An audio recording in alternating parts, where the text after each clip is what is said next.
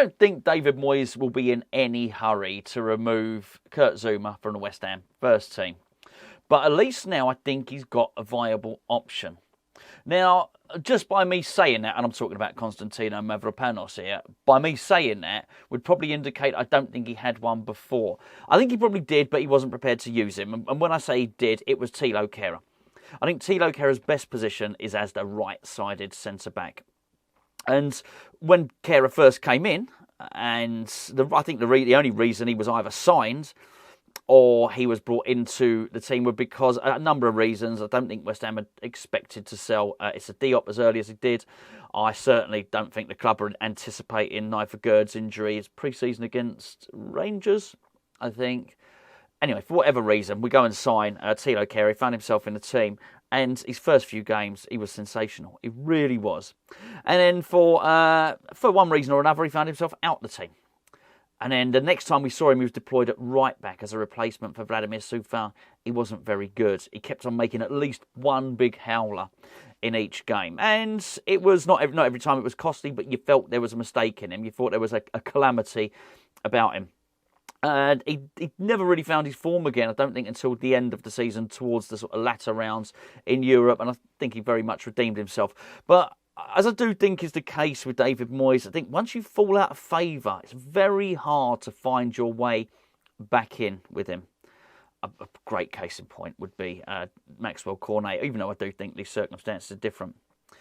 However, I do believe now with Konstantinos Mavropanos that he's probably got an option there that warrants really, really serious consideration.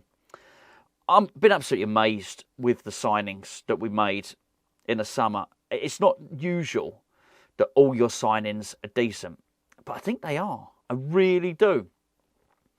Mavropanos was the last one we really had to find out about. Look, Ward-Prowse absolutely hit the ground running. We knew he would. David Moyes had faith in him. Not only did he have a pre-season, he played some games for Southampton in the Championship. Moyes was always going to throw him in there straight away. And he hit the ground running. Lots of goals, lots of assists, was absolutely brilliant. At £25 million was an excellent sign. It is an excellent signing, not was. He's had a little dip now. Unsurprising. Let's be fair. No one plays brilliantly every game. I'm sure he'll come back. And I bet at some point in the next 3 games, we get another assist or something, a goal maybe from Ward-Prowse. Is that level of performance that you're going to get from him? I tell you what, Edson Alvarez took a little while longer. Then I think it took, funny enough, Nigel Gerd's sending off against Chelsea, sort of forced a reshuffle. He was brought in. I think just in that little part, that little cameo appearance, he was able to show David Moyes what he could do. I think then David Moyes was sold. I think he thought, right, this guy is for me. And he is a really, I was going to say David Moyes type player. I'm pretty sure he's a sort of player that any manager would like. But David Moyes is, by his very nature, a defensive manager, isn't he? So he's always going to warm, I think, to Edson Alvarez. The next one we found out about was Kudus. Kudus was the last person, in many respects, to be thrown in. I can't remember how it's worked out, but certainly Mavropanos been playing in the European games anyway. But Kudus, I think we were more sure what we were getting. He had got a really good reputation for Ajax. His profile was just higher than Mavropanos, wasn't it? Turns out, look, I'm not going to spend any time talking about Mohamed Kudus. I did a video on him earlier. Magnificent, brilliant player. The last person we had to find out about was Mavropanos, though. You can't always tell in Europe, can you? And just because someone plays in Europe and plays well in Europe doesn't mean that David Moyes is going to use them. I'm going to cast your mind back to, funny enough, I've actually got it down here. This is our player age from last season, 22-23. And actually, when I was looking through it as well, I was seeing that how good Kehrer's marks were early on in the season. But what you've got in there, a couple of back-to-back man of the match performances from Flynn Downs. What a couple of wonderful performances in Europe. But it's not enough, and it wasn't enough for David Moyes. He did dabble with him a little bit in, sounds a bit wrong, doesn't it? Not in that way, disgusting.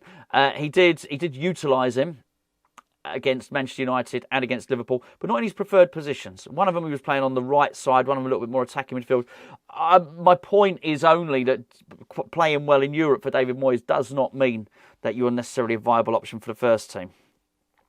However, what we saw against Arsenal, I think, was about as close to a first team as David Moyes was going to do. I've made the excuse for Zouma not playing, and that is that Zouma cannot play twice a week. So Zouma didn't play. Most of the others were in there. James Ward-Prowse was dropped. Obviously, Mikel Antonio was dropped. But it's really hard to call that a second string when he's playing Emerson at left back, when he's playing Nathan Gerd, when he's playing Vladimir Soufal. He's got Alvarez in there. He's got Paquetá in there. He's got Bowen in there. Of course, he started Kudus. You get what I'm saying, though. That was more or less a first team there. Most of a first team.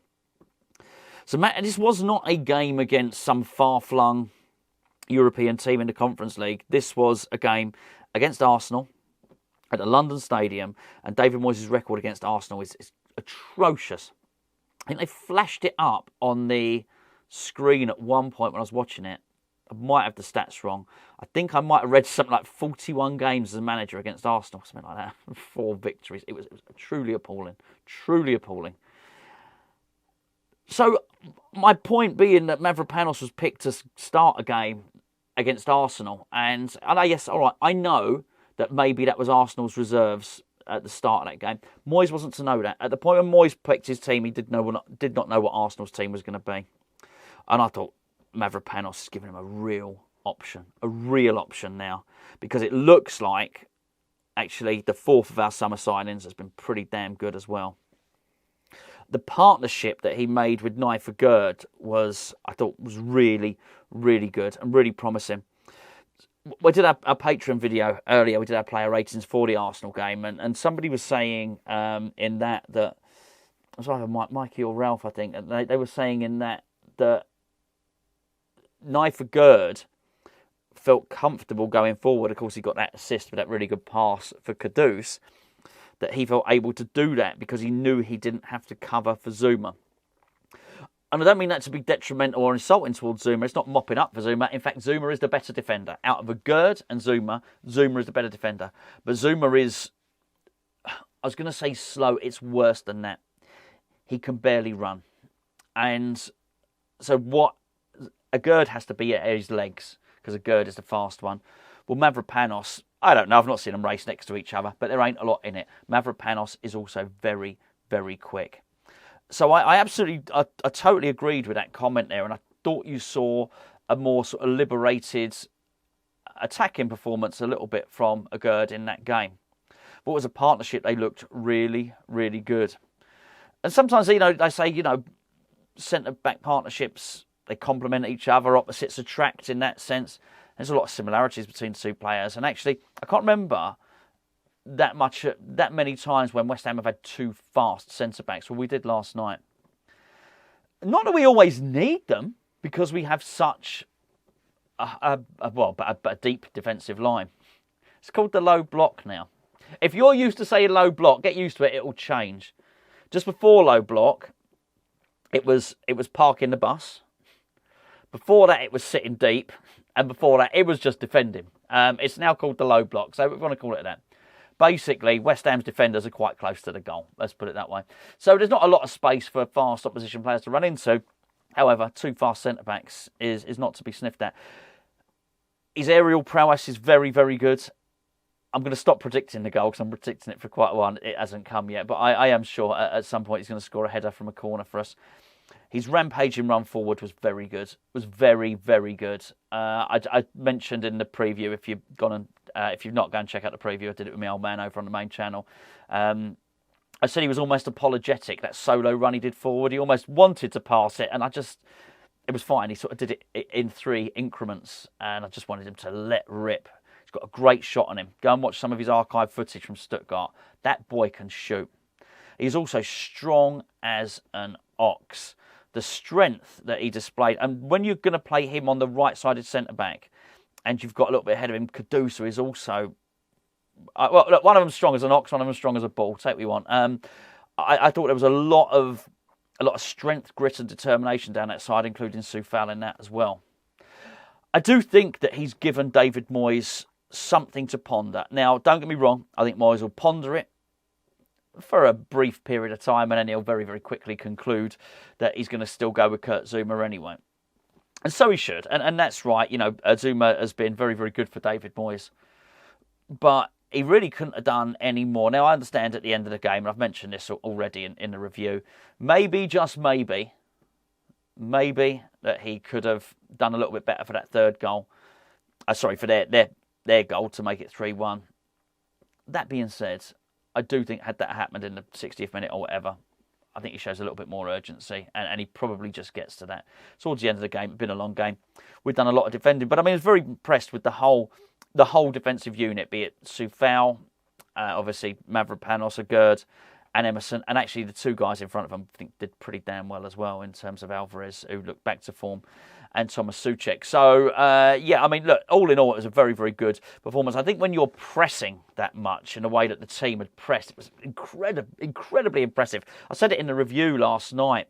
The last time I remember us pressing that well was against Arsenal last season, which was a real nail in the coffin, actually, to their title aspirations. I remember I mentioned it in the review that I think it was Declan Rice dispossessed Thomas Partey, didn't he? We were pressing like that, and it was impressive. And I think when your whole front line, they were all pressing, and Bowen and Kudus and Benrahma were all pressing, Paquetá was pressing. So it takes so much pressure off of the defenders that it probably was a good game for Mavropanos to play in. But, he was the last one. I think not the last piece of the jigsaw, but the last piece of the transfer strategy that was put together in the summer that I was maybe unsure about. I hoped he would be good. I suspected he might be okay, but we didn't have as much evidence, just because, as I mentioned, the other guys are more high profile, playing for Ajax, particularly if you're an international like you are with Alvarez and, of course, Kudus. You know more about him. We knew everything about Ward-Prowse. We didn't know much about Mavropanos at all. So we have to find out. We need the evidence of our own eyes to find out. And I've got to say, what I'm seeing is very, very promising indeed. I think it's miraculous. 4 transfers, and 4 of them look to have been really, really astute and really good signings. Long may it continue. I'll tell you what it does do. It fills me with confidence, actually, that when we get to January and we'll be looking for somebody else, and surely we are looking for somebody else because we've got important players leaving the African Cup of Nations.